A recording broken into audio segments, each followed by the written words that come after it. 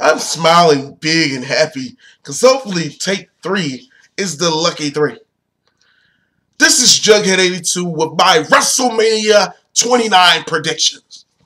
And I'm not going to bullshit with this video because I've bullshitted with the last 2 takes and I'm kind of sick, a little bit under the weather. But I just want to give my take on all the matches for WrestleMania 29. WrestleMania 29 will be in the MetLife Stadium thingy. We're going to see The Rock, John Cena, Undertaker, CM Punk. We're going to see all of them go heads up. We're going to see all the wrestlers do their thing. First of all, I would like to just say that I don't like the fact that The Miz versus Wade Barrett is part of the pre-show. I think that would have been better suited for the bullshit match they threw together out of nowhere with Tensai, Brutus Clay, and Naomi, and all of them with the Bellas and Cody Rhodes and Damian Sandow and all of them. Yeah. Because you got the Intercontinental title match pre-show.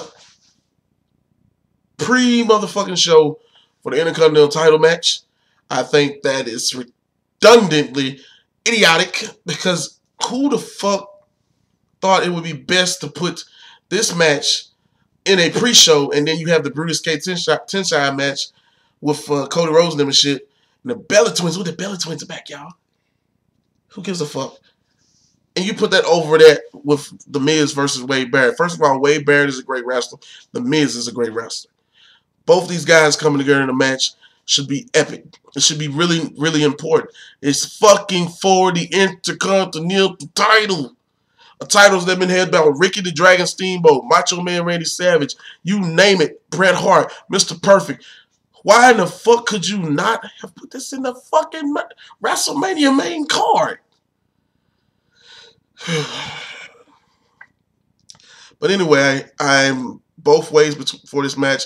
It could either be The Miz or Wade Barrett. I think both of these guys are great wrestlers. At one point, I was not a huge Miz fan, but he's grown on me. He's become better at what he's, because I used to always think of him as the guy from the real world. But he's really grown as a wrestler. And I just would just like to just say, I probably would just say Wade Barrett, because Wade Barrett, I feel, will retain the belt on the simple fact that it's a pre-show match instead of actually being on the main fucking card. As it relates to the Brutus Clay, Tensai, Naomi, Karma, all of them, I don't really give a damn about that match. I'm not even going to even say who I think will win because it really doesn't even matter. Fandango versus Chris Jericho. Fandango makes his debut at WrestleMania. He hasn't really wrestled in the ring. We don't really know what kind of style he wrestles like. Only thing I know is he's very, very athletic. He can leap on the top rope real quick and he can go for high-risk moves and he can kick. Chris Jericho, I feel, should lose this match, and I'm going to tell you why. The same situation with The Shield. You have younger wrestlers who need to be built. The WWE's main events or the build-up for their WrestleManias for the last couple of years has not been big on the simple fact that most of their wrestlers from years past that they tried to build up, like Shelton Benjamin, MVP. There's a list of on and on, Mr. Kennedy. You name them. They didn't keep the long hold on those wrestlers to have them have some longevity in the company. If you say a name like Stone Cold or The Rock, people immediately know who the fuck that is. Even if they're a casual wrestling fan, they know who they are. If you say a name now like Damian Sandow, you know, Cody Rhodes, you're not going to get a click like, oh, yeah, I want to see Cody Rhodes. That's the American Dream. You're like, oh, you see the Cody Rhodes and American Dream, Dr. Rhodes team up. No, but anyway, yeah. See, I think this is important that not only does Fandango beat Chris Jericho, but I think also the Shield should beat the Big Show, Randy Orton, and Sheamus also.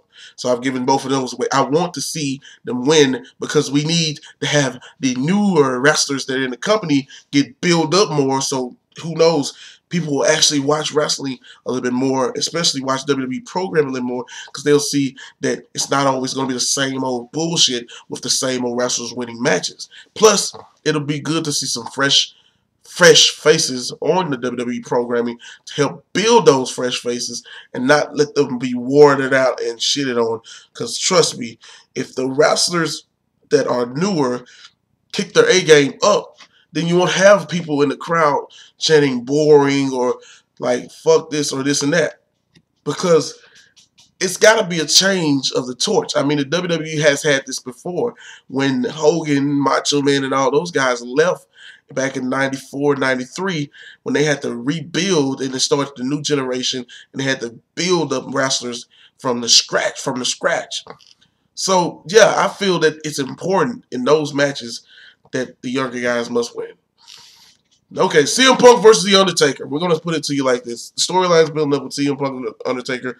I'm not too fond of because I think Paul Bearer was a great manager. I don't like how they use surreal things of stuff that actually has happened in real life with putting it on WWE programs, kind of like what they did with Eddie Guerrero and stuff like that. I think that many wrestling fans said that William Moody or Paul Bearer probably would have been thumbs up for it because of the situation, and also the fact that he would wanted his memory to still be present on WWE programming. And I'm more power to that. I can understand how this might be really, really good. But I'm just saying up in the air. Do I feel CM Punk has a chance of beating The Undertaker, though? Yes. And I'm a huge Undertaker fan. But this is why I feel that CM Punk will beat The Undertaker. First of all, 20-0 was a perfect way, and what happened at last year's WrestleMania with Triple H, Shawn Michaels, and The Undertaker was a perfect way to send off The Undertaker. This year, I feel that they had to get The Undertaker at WrestleMania to get buy rates. The Undertaker could have just stayed 20-0, but they want to bring him back, and they want to have a shock factor. They want to have something that has people talk about this year's WrestleMania. What other way to talk about it than CM Punk beats The Undertaker, ends the streak? CM Punk was the WWE champion for nearly 400 plus odd days, a year and a couple of months.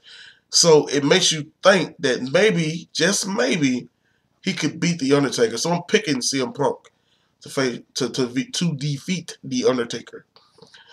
Now, let's go to No Holds Barred. I will say this about No Holds Barred with Triple H versus Brock Lesnar. Who gives a fuck? Seriously. Triple H hasn't really been wrestling actively on the WWE roster for a couple of years now. Brock Lesnar hasn't really been on TV that much. And that's another thing that gets me. You have Undertaker, Brock Lesnar, The Rock. The Rock is the WWE champion. The Rock hasn't even wrestled on Raw or SmackDown. He's come out and talked a lot. And don't get me wrong, they're very, very entertaining. I'm a huge Rock fan. But the thing is, you brought these wrestlers back. Brock Lesnar basically came back for some money, eh? And The Undertaker, of course, came back because they need to build up the card for WrestleMania.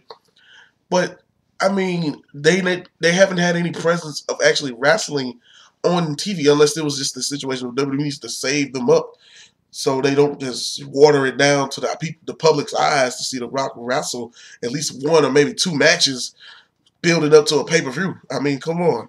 Okay, they could have had The Rock in a tag team match with John Cena or something to have him wrestle. But yeah, they have not been pulling them in there. And with Triple H's career on the line with Brock Lesnar, Triple H is going to lose. Triple H is already one of the heads of the company now. So it'll be beneficial for him not to even really be actively wrestling in the ring.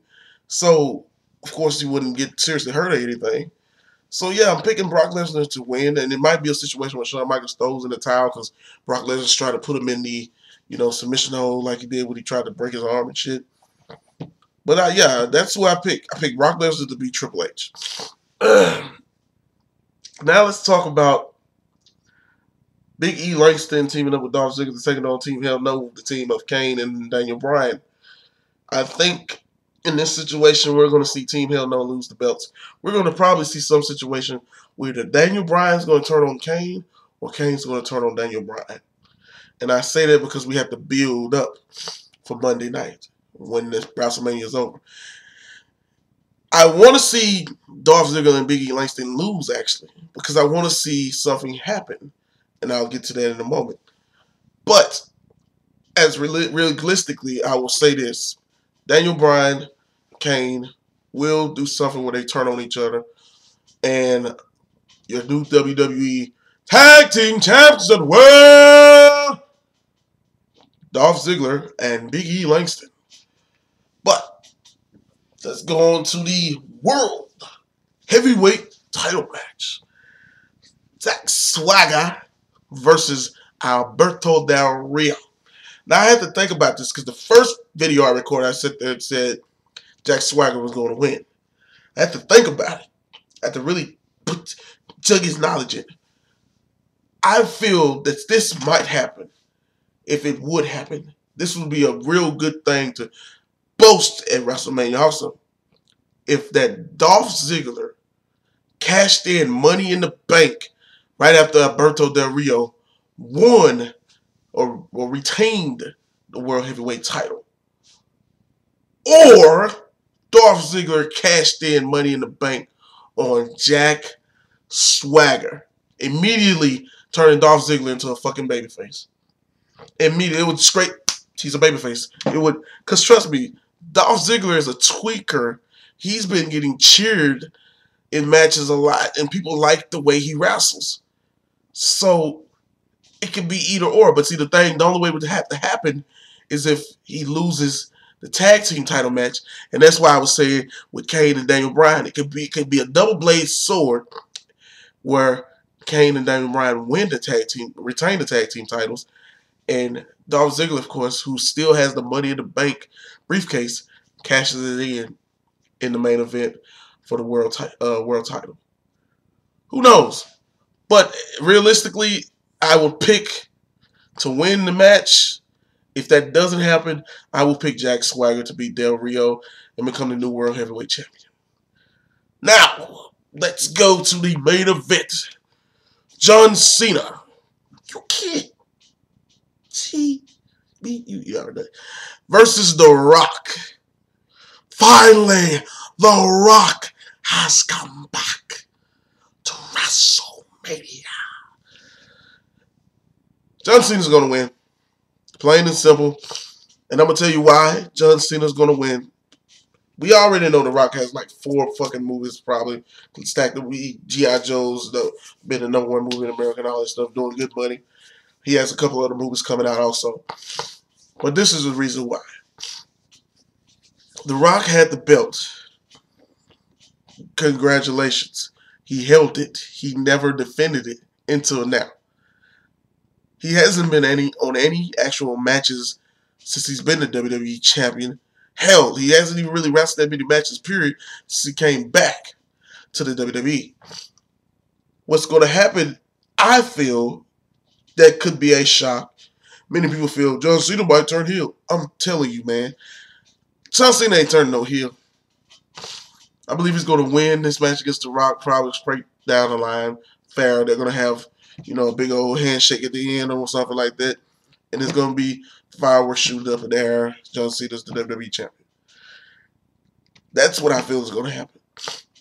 If The Rock retains the belt, that's going to be another shock. Because if he retains the belt, what's going to happen for pay-per-views to come? Will he actually wrestle on Raw or SmackDown? Will he actually, still be with the company wrestling through, his schedule of how he's got to do and promote his movies and stuff? So it makes you think. But to be honest with you, I'm picking John Cena. And like I say, it is what it is. Now,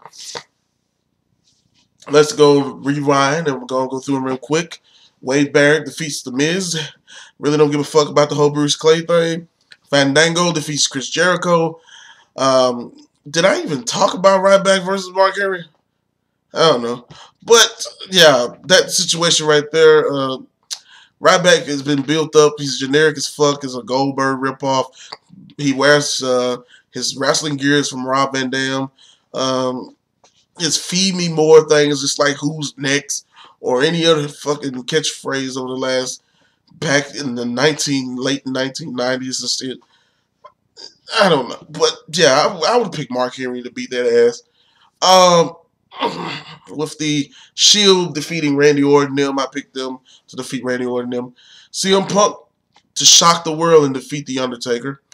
with the no-holds-barred match with Triple H and Trill on the line. Brock Lesnar's going to win. Triple H is pretty much retired anyway. The tag team title match, I'm picking Big E Langston and Dolph Ziggler to defeat Hell No, but it's a line between that of what might happen or what might not. Jack Swagger versus Alberto Del Rio. I'm picking Jack Swagger to beat Alberto Del Rio, and with John Cena versus The Rock, The Rock has a chance. I'm a huge Rock fan, but John Cena's going to win. These are my predictions. Now, if you guys are going to order WrestleMania today or watch WrestleMania today, let me know your predictions. Put them in the comments. And yeah. But yeah, I'm trying to get this cold out of my system. But yeah, this is Jugghead82 signing off.